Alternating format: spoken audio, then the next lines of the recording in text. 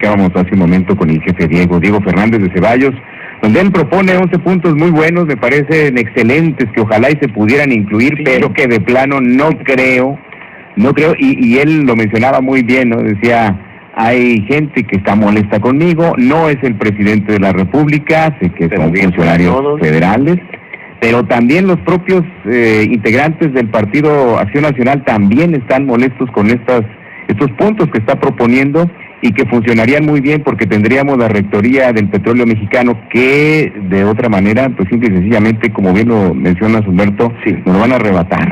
Sí, lo van a arrebatar. Mira, la preocupación es esa precisamente.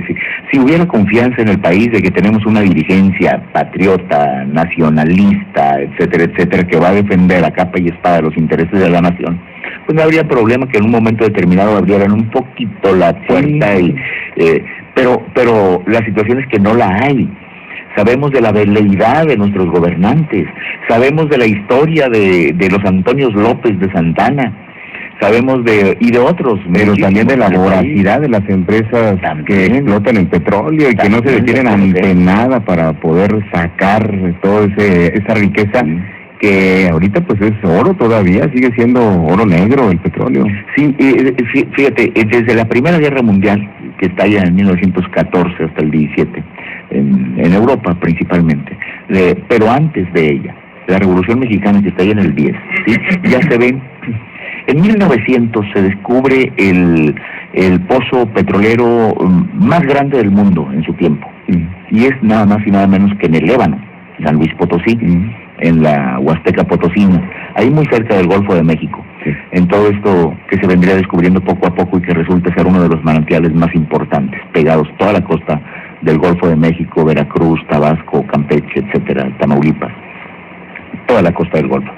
El más grande, el más productivo de todos los pozos se descubre en 1900, desde luego por compañías extranjeras, sí, en el Ébano. Y 10 años después, en 1910, eso estaba significando, ese tesoro, esa producción petrolera de México, estaba significando y estaba,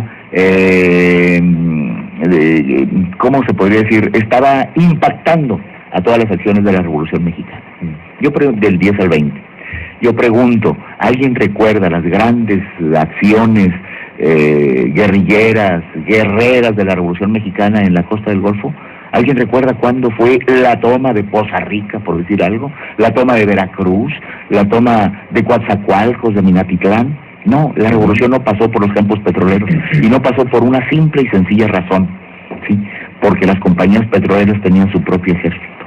Entonces, es nada más para que nos demos una idea del tamaño de la fuerza que tienen estas empresas petroleras, y que si en este momento nos dicen, no, pero en 2 años se puede revertir, pues en 2 años algo van a hacer para no revertir nada. En 1939 se da el último levantamiento propiciado por compañías petroleras, el movimiento sevillista, que se levanta en armas en la Huasteca Potosina, después de haber sido secretario de Estado del general Lázaro Cárdenas, y que es sofocado este movimiento armado, ¿sí?, financiado por compañías que pretendían recuperar su poderío en toda esa zona de San Luis Potosí, Veracruz, Tamaulipas, etcétera, etcétera, del Golfo de México, sí, después de la expropiación petrolera.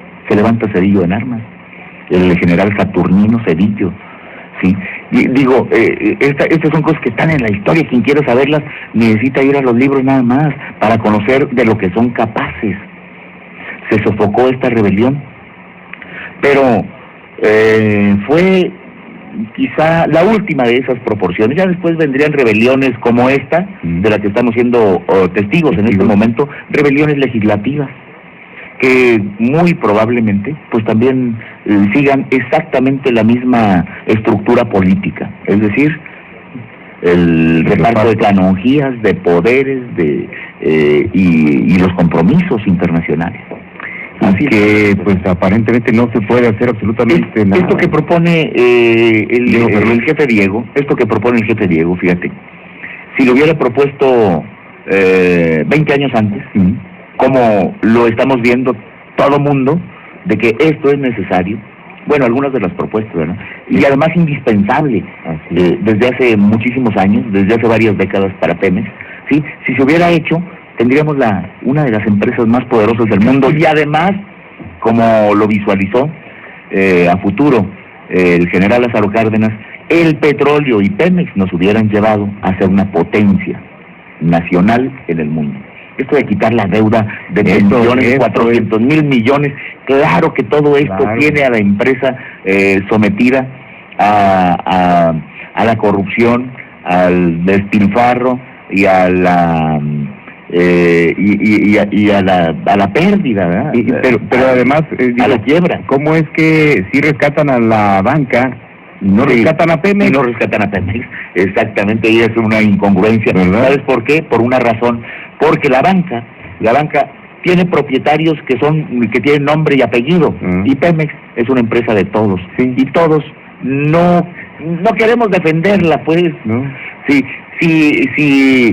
Si defendiéramos esa propiedad como el banquero, como los banqueros defendían a su capital, y además con todas las connivencias con el gobierno, ¿sí? Entonces, claro que lo hubiéramos rescatado a Pemex, precisamente de las uñas de los corruptores. Un régimen fiscal, dice Diego Fernández, un régimen fiscal que sea equivalente a los regímenes fiscales que traen las compañías competidoras en el mundo. Pues claro, que no vaya a Hacienda y la saque. Pues claro, señor don Diego, si esto lo hubiera propuesto hace 30 años, ya seríamos una potencia en el mundo, pero viene a proponerlo exactamente cuando está a punto de privatizarse y de vender ya una de las pocas cosas que nos queda en el país.